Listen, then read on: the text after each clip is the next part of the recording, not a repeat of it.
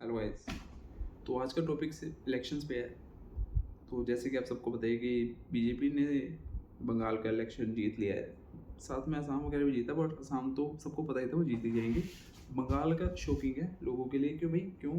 क्योंकि भाई आज तक आज़ादी के बाद वहाँ पे कभी बीजेपी की सरकार नहीं बनी है। अब बीजेपी का नेक्स्ट टारगेट क्या है? पंजाब। यस। देखो यार, कहना इजी है कि पंजाब की सरकार बनी ना बनी कोई इतना बीजेपी को इफेक्ट नहीं पड़ता, यहाँ पे तो एमपी भी नहीं ज़्यादा होते। बट भाई जो पंजाब की गवर्नमेंट होती है ना, वो बहुत तगड़े लेवल की होती है। पंजाब में अगर आपकी सत्ता है तो आप अलग लेवल पे हो भाई। ये बात बीजेपी को पता है। बीजेपी पागल नहीं है कि पंजाब के पीछे खुद पागल हो रखे है कि यहाँ पे हमें सत्ता बनानी है। एंड बीजेपी यहाँ पे सत्ता बना सकती है अगर वो कुछ बातें ध्यान रखे तो व्हाट आई बिलीव कि वो यहाँ पे सत्ता नहीं बना सकती। बीजेपी को सत्ता बनाने के लिए पहले क्या काम करना पड़ेगा? अकाली दल से समझौता करना पड़ेगा। मैं साथ साथ बताऊंगा कि ये चीज़ें नहीं हो पाएंगी। बीजेपी को पहला काम करना पड़ेगा, अकाली दल से समझौता करना पड़ेगा। बट अकाली दल के साथ समझौता नहीं हो सकता। पहले क्या होता था, जब अकाली दल के साथ बीजेपी का समझौता था तो अकाली दल ज़्यादा सीटों पे लड़ता था। ऑलमोस्ट 85 to 90% पे अकाली दल लड़ता था, बाकी पे बीजेपी लड़ती थी। 2-3 सीटें जीत जाती थी बीजेपी। अभी क्या है, अकाली दल का ग्राफ ना यहाँ से यहाँ आ गया है।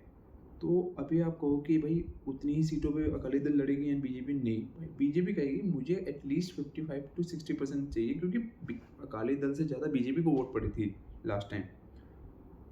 But as a state party Akali Dal इस पर एग्री नहीं करेगी। तो भाई समझौता चुनाव से पहले नहीं हो सकता, चुनाव के बाद हो सकता है। अगर बाई चांस मान लो कि भाई बहुमत के लिए अकाली दल एंड बीजेपी को एक साथ आना है तो भाई बन जाएगी बात। बट ऐसा होगा नहीं, क्योंकि कोई भी ऐसा एरिया नहीं है जहाँ पे अकाली दल का बहुत होल्ड हो, कोई ऐसा एरिया नहीं जहाँ पे बीजेपी का होल्ड हो। दोनों का एक साथ है, बहुत एरिया हो जाएंगे कि दोनों अगर एक साथ लड़ती हैं तो उनका एक होल्ड बन जाए कि भाई जहाँ पे अकाली दल का भी कुछ परसेंटेज है, बीजेपी का भी कुछ परसेंटेज है, और दोनों को वोट एक साथ डलेगी तो हो सकता है वहाँ पे बात बन जाए। सेकंड आ गया कि एक पीएम फेस। बीजेपी की भाई मान्यता है स्टार्टिंग से कि पीएम फेस वो नहीं देते स्टार्टिंग में। पंजाब के लोगों को पीएम फेस चाहिए। एंड सेकंड मोस्ट इम्पोर्टेंट, उनको सरदार पीएम फेस चाहिए। बीजेपी के पास पंजाब के लिए सरदार पीएम फेस कोई नहीं है। हरभजन सिंह को कोई भी एज अ पीएम कह रहा हूँ, sorry my bad, CM face कोई भी नहीं है पंजाब के पास। सीएम फेस भगवंत मान था आप वालों के पास, तो वो भी लोगों को इतना पसंद नहीं था भाई। बट क्या है, तब वो एक लहर थी। भगवंत मान के सिर पे कोई सरकार नहीं बनी यहाँ पे। वो आपकी एक लहर थी कि हाँ भाई इस बार हमें जिताना है। उन्होंने जिता दिया, बदलाव चाहिए था। सेकंड थिंग क्या है, जो मोदी के नाम पे पंजाब में वोट आपको नहीं पड़ेगी। मोदी के नाम पे आपको वहाँ पे भी वोट वोट पड़ गए। वो झालमुड़ी खा के मोदी जी ने आप वहाँ पे आपको जितवा दिया। बट यहाँ वो चीज़ हो नहीं पाएगी, क्योंकि यहाँ पे वैसे ही मोदी के कट्टर विरोधी हैं।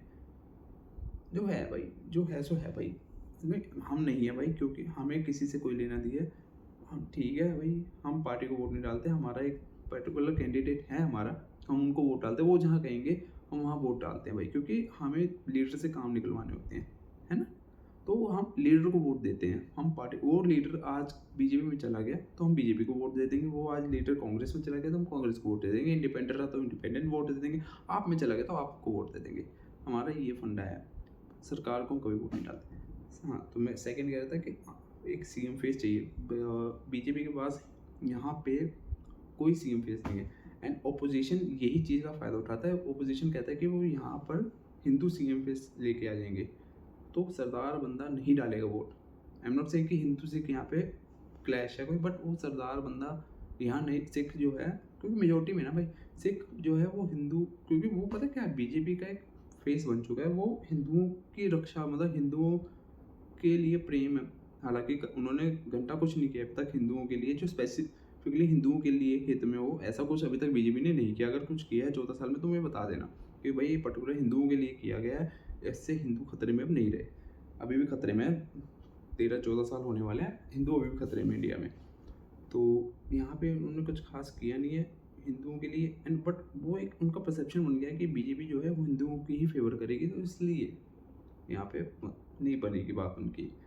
थर्ड जो है बीजेपी ना एक कंट्रोल करना चाहती है कि भाई वो 2000 अभी 24 के बाद 2029 का भी चुनाव देख रही है, तो उनको वैसे पंजाब से कोई एमपी के टाइम पे उनको पंजाब से ज़्यादा इफेक्ट नहीं पड़ता, तो इसलिए भाई यहाँ पे लोगों को सीरियस लेते नहीं है सरकार के लिए।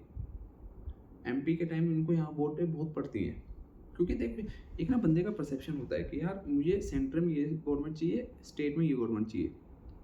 सेंटर में जो एमपी होता है ना, हम एमपी को वोट दे के कुछ नहीं करवा सकते भाई। मतलब अगर मैंने आज लेट से बिट्टू खड़ा था, मैं बिट्टू को वोट दे रहा हूँ, बट मैं बिट्टू से काम थोड़ी नहीं करवा सकता हूँ, क्योंकि एमपी है भाई वो। तो एमपी को जब वोट डलती है वो पार्टी को डलती है, गलत वो भी है बट वो पार्टी को वोट डलती है। बट जो एमएलए की वोट होती है ना, एमएलए से मैं कल को डायरेक्ट मिल सकता हूँ और मुझे पता है यार ये पर्टिकुलर बंदा मेरा काम करवाएगा, ये सरकार ये काम करवा देती है, इसका रिकॉर्ड पिछला अच्छा था भाई, वो करवाएगी। अकाली प्लस बीजेपी का कोई रिकॉर्ड अच्छा नहीं था, एंड बीजेपी के बाकी राज्यों में भी हमें पता है, पंजाब में क्या है लिटरेसी रेट बहुत ज़्यादा है, तो इसलिए भाई यहाँ पर वो सरकार बननी थोड़ी मुश्किल है जो है। सो बीजेपी का जो मेन, बीजेपी को अगर सत्ता बनानी है यहाँ पे, तो बीजेपी अपने जो यूपी बिहार वाले लोग हैं जो यहाँ पे जहाँ पे काम कर रहे हैं उनको बोले कि भैया तुम वहाँ से अपना नाम कटवाओ वोटों से, यहाँ पे अपने वोटें बनवा लो और हमें वोट डालो। उसके अलावा बीजेपी की सरकार कभी नहीं बन सकती यहाँ पे, क्योंकि बीजेपी की मोस्टली जो मेजोरिटी सपोर्ट है वो मजदूर वगैरह ही हैं जो लिटरेसी रेट कम है जिनका। सॉरी टू से भाई, जितने आपको ये ऑनलाइन दिखते हैं पढ़े लिखे, ये ऑनलाइन ही है 3-4% भाई।